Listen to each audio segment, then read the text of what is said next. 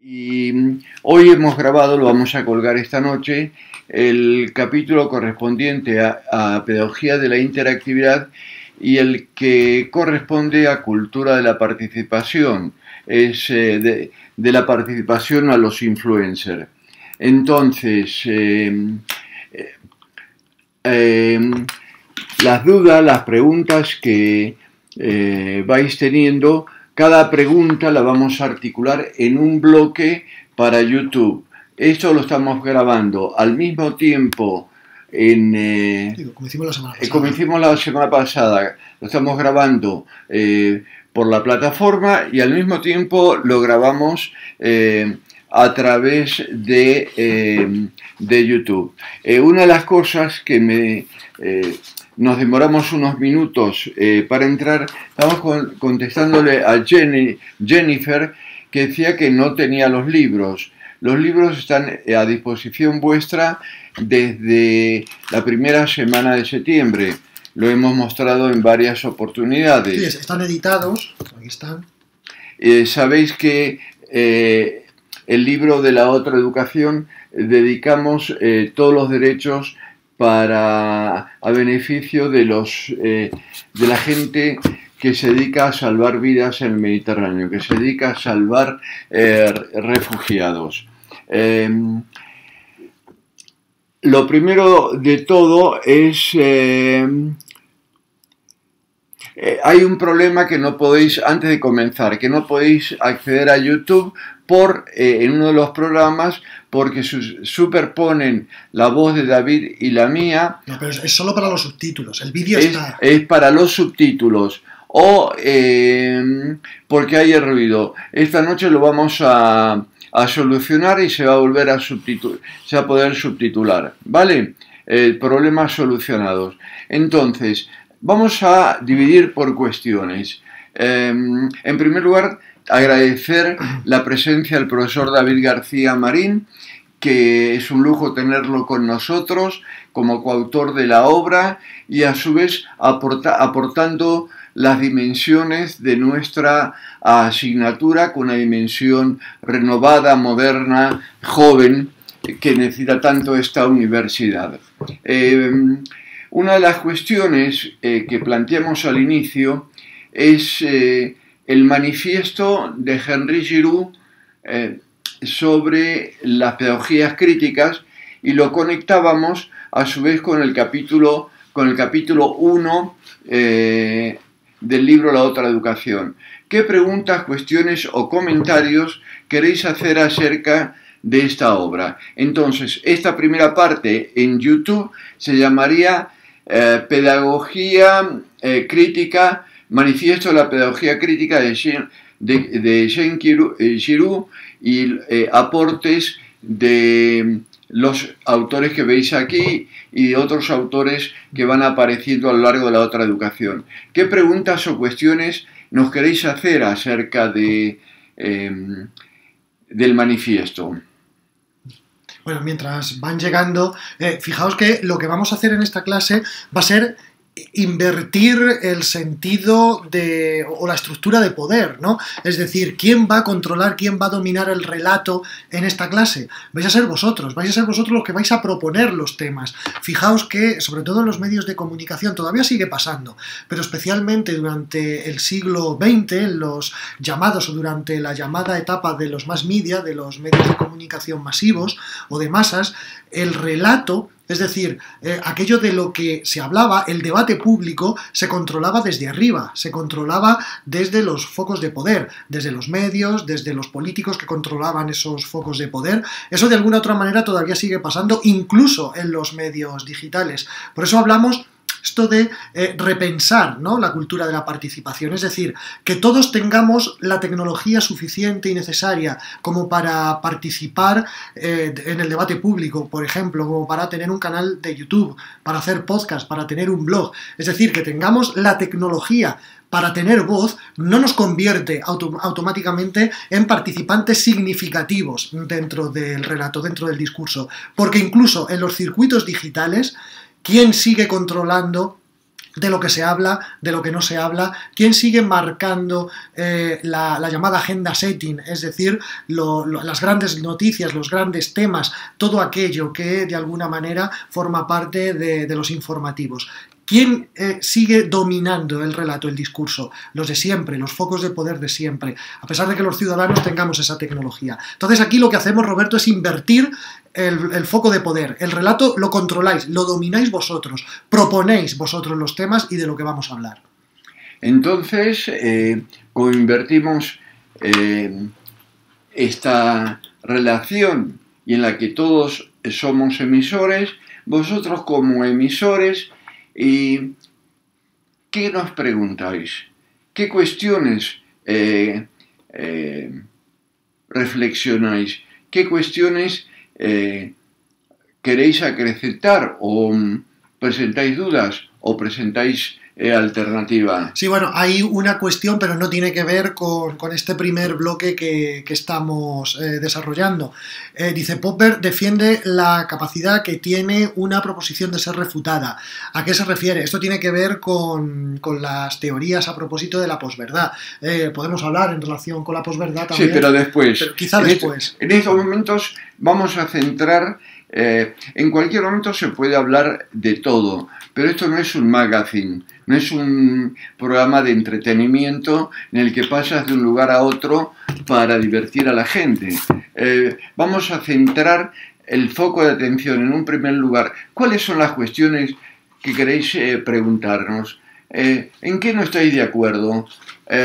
¿O en qué queréis manifestaros acerca del manifiesto de la pedagogía crítica? ¿Por qué somos unos pocos los que ponemos en práctica la pedagogía crítica? ¿Por qué la pedagogía del confort está extendida? No estoy viendo preguntas ni... ¿Habéis leído? La primera pregunta que os hago. ¿Habéis leído el capítulo de Henri Giroux? ¿Habéis leído el capítulo de Henri Giroux? Es decir... yo creo que... Yo sugiere, ¿qué implicaciones tiene todo eso? Porque ha habido...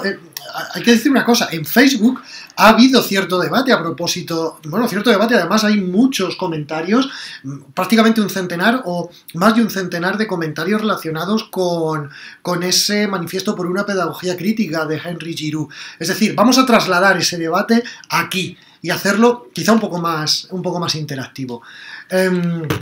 Hay mensajes, dicen, vamos a ver que subimos esto, dice, ¿por qué hay que ir a los extremos? ¿No se puede sacar lo mejor de cada pedagogía, incluso la del confort? Y luego dicen, es necesaria la reeducación de los adultos, de los padres. Sí, también. Bueno, sobre lo de sacar lo mejor de la pedagogía del confort. Es que la pedagogía del confort es confortable, no te hace pensar. O sea, si no quieres pensar, quieres dar una actitud... cómoda, sin grandes problemas, sin que aprendas nada, apuesta por ello. No aporta nada. Es decir, ¿cómo alguien se atreve a decir que algo no aporta nada? Si no provoca conflicto, si no provoca conocimiento, si repites lo de otros autores, estás parado o parada en el momento que se emitió ese mensaje. Pensad que muchos de los libros o de la biografía pedagógica es bastante antigua, aunque sea un libro moderno. Es decir, todo lo que se dice es más o menos lo que se dice desde hace 15 o 20 años. Tengo la suerte de dirigir una tesis sobre Flip Learning, el aula invertida. Es decir, y de pronto descubro que estos son vendedores de innovación para hacer más de lo mismo, pero vendiendo, ganando dinero. Toman el centro del poder, el centro de las negociaciones, el mundo educativo. Estamos en una nueva época, es decir, estamos en una nueva concepción. Es decir, la educación está basada en el funcionalismo hasta el año 2004. A partir de 2004 se produce una ruptura en todo esto. La ruptura está dada a través del uso de otras teorías, de otras concepciones. Es decir, ya os hemos dicho, la teoría de la complejidad, la teoría del caos, la teoría de la interactividad, la participación, el ser influencer, cuestiones que tienen que ver con la construcción de otro paradigma. Es decir, los espacios físicos de las escuelas se parecen a cárceles. Es decir,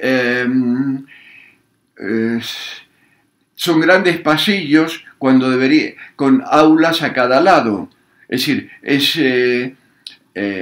lo más parecido a un centro penitenciario o a un reformatorio. Es decir, lo ideal sería tener grandes espacios donde no haya muros. El aula sin muros de la que hablaba McLuhan lo están poniendo en práctica en estos momentos en Finlandia.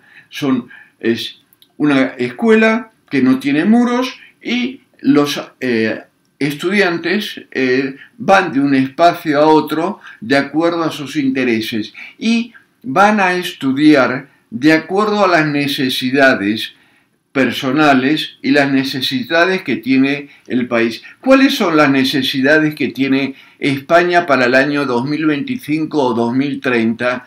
¿Por qué no formamos en ese contexto para que haya fuentes laborales, para que haya trabajo y no formar al tuntún miles y miles y miles de personas? Estamos en otra época. Os invito a empezar a pensar en otra época, en otra dirección. Si no pensamos en otra dirección, vais a seguir repitiendo lo de siempre o lo que estáis repitiendo. No pasa absolutamente nada. Esta es la posibilidad de pensar qué vais a hacer con vuestras vidas en 2025 o qué vais a hacer en el año 2030. Pero volviendo al tema inicial, que la llamada telefónica nos cortó y aquí va a empezar la clase. Es decir, ¿cuáles son las ideas centrales o cuáles son las ideas principales que nos plantea Giroux y ese capítulo primero donde hablamos sobre pedagogías críticas en pleno neoliberalismo? Fíjate si hay alguna pregunta. Sí, por continuar y sobre todo por seguir dando más presencia de nuestros estudiantes, de alumnos y de alumnas. Ha habido en el grupo de Facebook, yo he estado leyendo un equívoco que se repite, no muchas veces, pero sí repetidas veces en ese grupo, ¿no? Que es que se confunde uno de los mensajes que nosotros queremos enviar. Nosotros en ningún momento queremos, y Henri Giroux tampoco lo dice, nosotros no queremos enseñar a ser críticos, no, queremos proponer un espacio donde podéis serlo, que no es lo mismo. Es decir, yo entiendo que puede haber gente, personas, estudiantes, que incluso están en su segunda, tercera carrera y que de alguna manera, bueno, pues ya tienen un grado de madurez y que además llevan una trayectoria de ser ciertamente críticos a lo largo de mucho tiempo, ¿no? A lo largo de muchos años, de ser incluso activistas, de muchos años de trabajo y de muchos años intentando luchar o trabajar por según qué causas. Lógicamente, nosotros ni a esas personas ni tampoco a aquellos que sean jóvenes, que tengan ahora, pues están en su primer contacto con el mundo universitario, que hayan salido incluso del instituto recientemente, 18, 19, 20 años, no queremos enseñarles a ser críticos. Eso es una labor personal, particular de cada uno de ellos. La cuestión es que planteamos o apostamos por la apertura de espacios dentro de la educación, dentro de la, vamos a decirlo así, la educación institucional, dentro de la educación formal, de espacios donde podéis serlo. Porque, y volvemos a incidir otra vez en lo mismo, ¿os han dejado ser críticos alguna vez dentro de los muros de la escuela, dentro del sistema educativo? ¿Os han dejado, o habéis tenido la oportunidad de pensar por vosotros mismos dentro de este tipo de muros, dentro de estos espacios? ¿Habéis tenido la oportunidad de realizar trabajos con la libertad con la que vais a trabajar aquí? Claro, aquí tenemos que exceptuar lo que es el examen, ¿no? Ojalá no pudiéramos hacer examen. Si por nosotros fuera, no habría examen en esta asignatura. Lo que pasa es que sí es cierto que nuestra metodología entra en contradicción con la normativa que tiene la UNED. Esta es una asignatura llena de contradicciones. Contradice lo que nosotros proponemos y lo que hasta donde nosotros podríamos llegar y hasta donde nosotros nos gustaría llegar con la normativa rígida, absolutamente de papel, absolutamente industrial, absolutamente fordista y completa y absolutamente del siglo XIX y del siglo XX, que sigue imperando en la inmensa mayoría de las universidades y que sigue imperando desde luego en la UNED. Fijaos que en la normativa de los másteres en esta misma universidad, esa normativa es distinta, es diferente, es un poco más laxa, ¿no?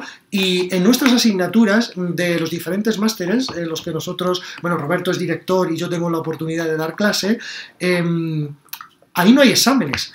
Ahí los trabajos, la evaluación, que por cierto, ojalá no pudiéramos ni siquiera evaluar, porque como dice Pizzitelli, la valoración y la evaluación es la muerte de todas las buenas intenciones, ¿no? En el modelo que nosotros planteamos. Pero bueno, la normativa nos exige un número, una nota, ¿no? Ojalá no lo exigiera, nosotros no pondríamos evaluaciones. Es más, en alguna de las asignaturas de ese máster, ni siquiera somos los profesores los que ponemos la evaluación, se hace una autoevaluación grupal, es decir, es todo el grupo el que decide la nota para sí mismo. Entonces, la cuestión es evitar ese equívoco. No queremos que cale en vosotros que nosotros os vamos a enseñar a ser críticos. Entendemos que ya de alguna u otra manera tenéis capacidad para serlo. Lo importante es que descubráis que en este espacio podéis serlo. ¿Y cómo se establece ese contraste, ¿no?, entre cómo nosotros abrimos esa apertura, abrimos ese espacio, abrimos esa posibilidad aquí y cómo tradicionalmente, en el modelo llamado tradicional, eso no es posible? Hay un libro de Foucault. Foucault es uno de los teóricos franceses imprescindibles del siglo XX y que sigue siendo referencias y nos habla sobre el tema del castigo. Hay una obra donde se articula como diferentes formas de castigo. En las escuelas, en los sistemas educativos, se castigaba con violencia. En estos momentos a un estudiante se lo puede castigar con censura o se le puede castigar con su calificación, suspendiéndole. Si el sistema tiene armado cierto tipo de cuestiones para que se siga el paso, pum, pum, pum, pum, pum, pum. La escuela, como los medios de comunicación, son los aparatos ideológicos del Estado. Hay una violencia invisible para que cumpláis un plan prefijado. En estos momentos sería inviable que un estudiante recibiera violencia física. La violencia no se tiene que notar. Si se nota es denunciable. Entonces, ¿de qué manera el sistema ejerce violencia sobre vosotros, sobre vosotras?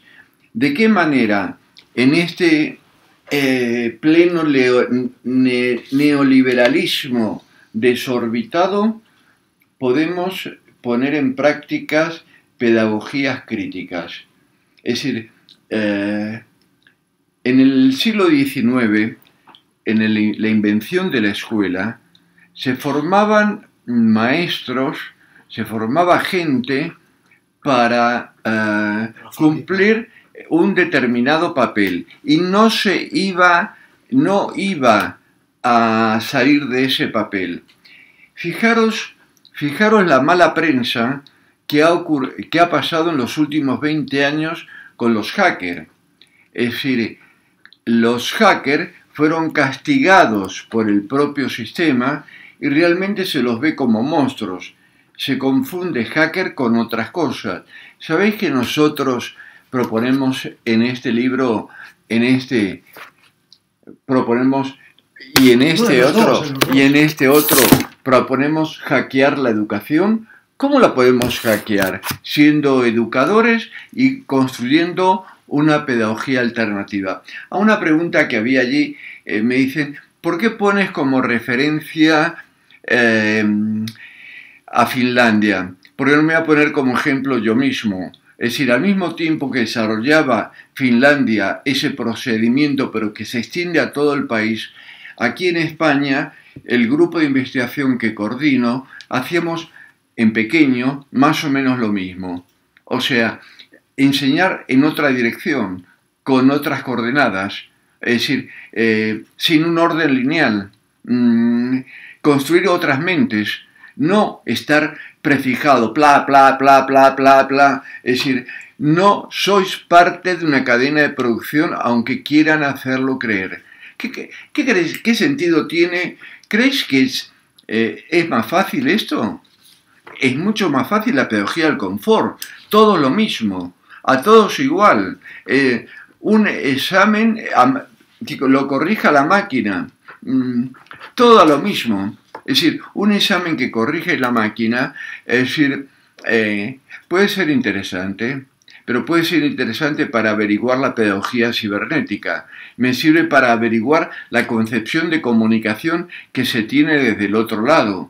Pero yo puedo tener poca información acerca de vosotros. Y la otra cuestión que quiero deciros es que no solamente depende del sistema, depende de los docentes, sino también que el cambio está en ti. El cambio está en ti. Si tú no quieres cambiar, esto no cambia. Entonces, si quieres seguir con la pedagogía del confort, no te preocupes, sigue con la pedagogía del confort y no aprendes nada. Es así de claro. Si tú quieres cambiar, si tú quieres hacer algo por tu país, por tu comunidad, por el grupo de jóvenes, entonces algo tienes que hacer. Esto ya no da para más. Es decir, los finlandeses entendieron que el sistema estaba agotado. Aquí, es decir, aquí, lamentablemente, esto no se puede comparar. Aquí no es para aplicar lo de Finlandia. España tiene que aplicar su propia metodología y no España, cada profesor, cada profesora, hay que buscar diferentes soluciones, diferentes propuestas, no hay una sola propuesta. La pedagogía crítica no es que seáis todas y todos un mismo producto. Vosotros y vosotras no sois productos, no sois productos. Aunque quieran hacerlo entender, no sois parte de la cadena de producción. Entonces, sois personas reflexivas, y si el sistema os lo deja, o si los mediadores del sistema os lo dejan, podéis ser críticos, podéis ser reflexivos. Si no, vais a repetir el libro de turno. Nosotros no queremos que repitáis el libro de turno, sino ¿qué alternativa damos a esto? Un libro es un documento histórico. Una obra es de una época. No se puede reproducir 5 años adelante una de estas obras, ni 2. Es decir, fijaros la cuestión imprescindible que hemos tenido de un año a otro, gracias a que nos dieron esas facilidades, en un año poder actualizar contenidos.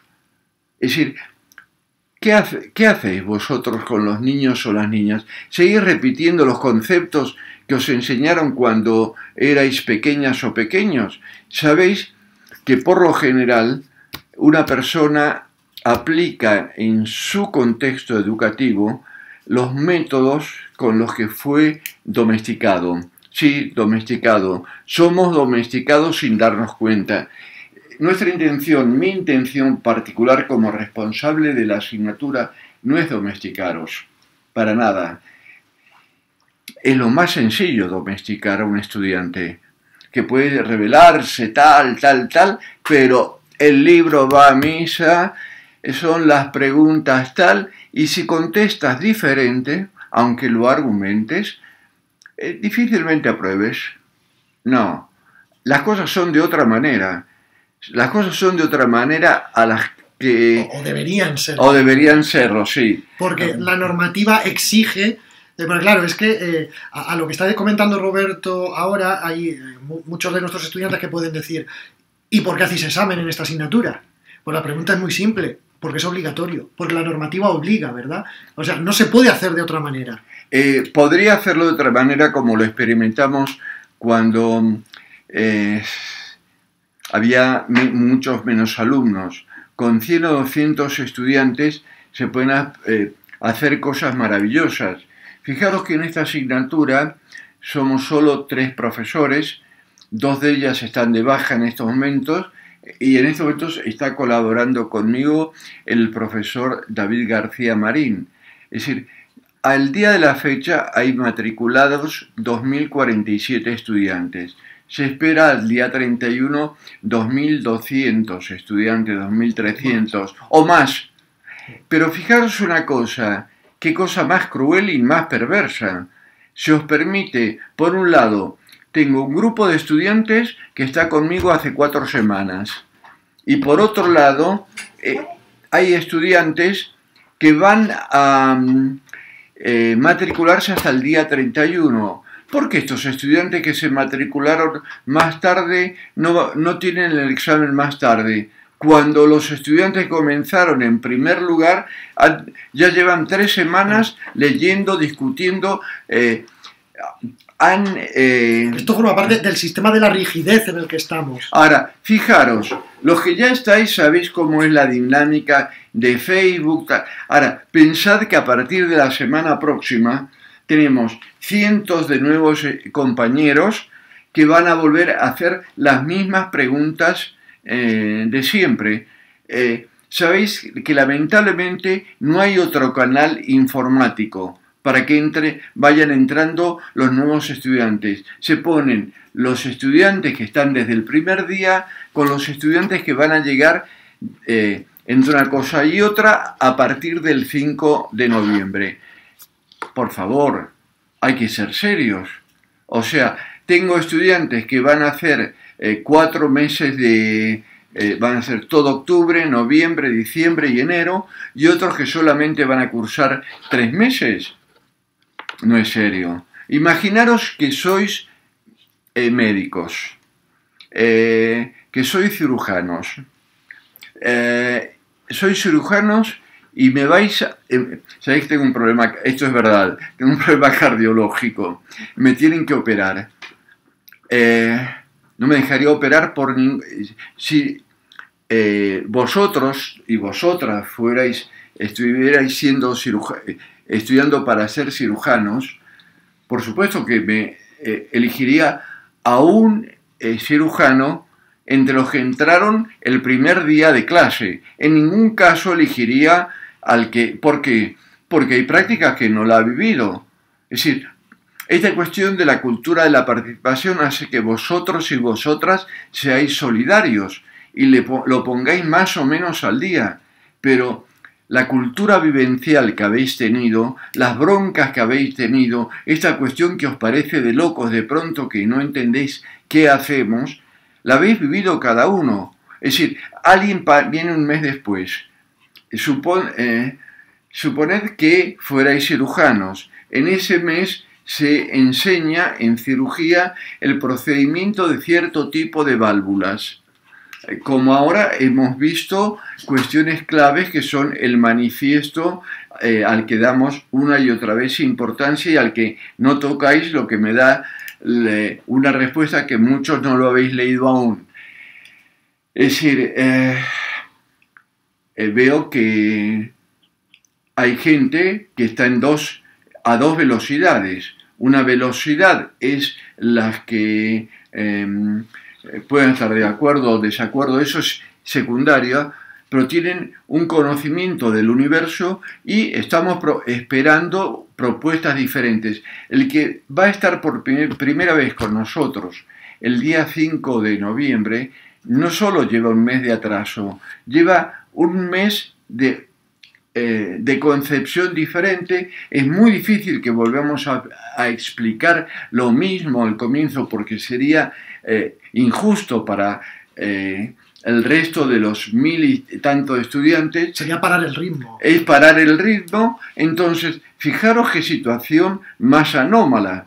Entonces, esta es digamos, la educación fordista. La educación fordista, entras y te pones en la parte de la cadena de producción y sigues el camino de los demás. Aquí es muy difícil seguir el camino de los demás. Cada uno tiene su propio camino y si no lo tiene, el objetivo es que construya su propio camino, que haga su propio camino. Sois autoras y sois autores.